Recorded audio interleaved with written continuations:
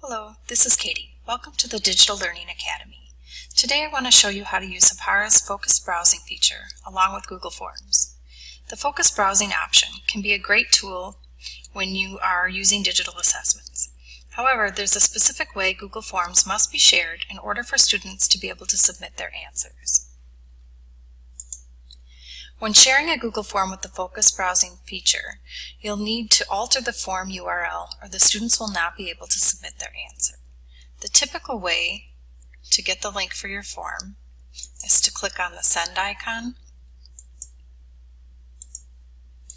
and copy the URL. Okay. From here, we would want to limit the browsing to just the page of our form, and you'll notice it says View Form at the end. This is what happens when I push this out to students.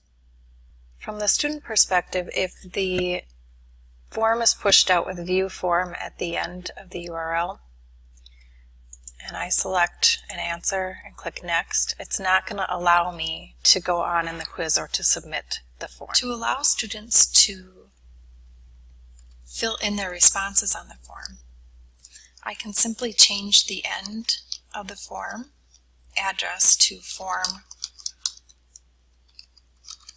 response before I push it out.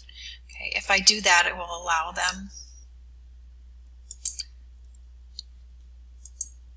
to respond to the form.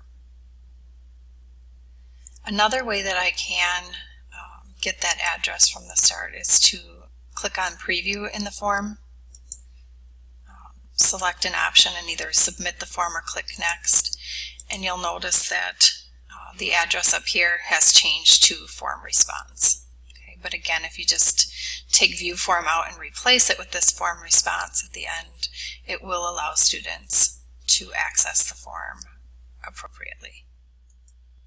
When the teacher shares the form with a form response at the end, it still says View Form, you'll notice, at the top for the student when the page first loads. However, now when the student selects a response and clicks Next, it will change to form response and allow them to go on and submit the form.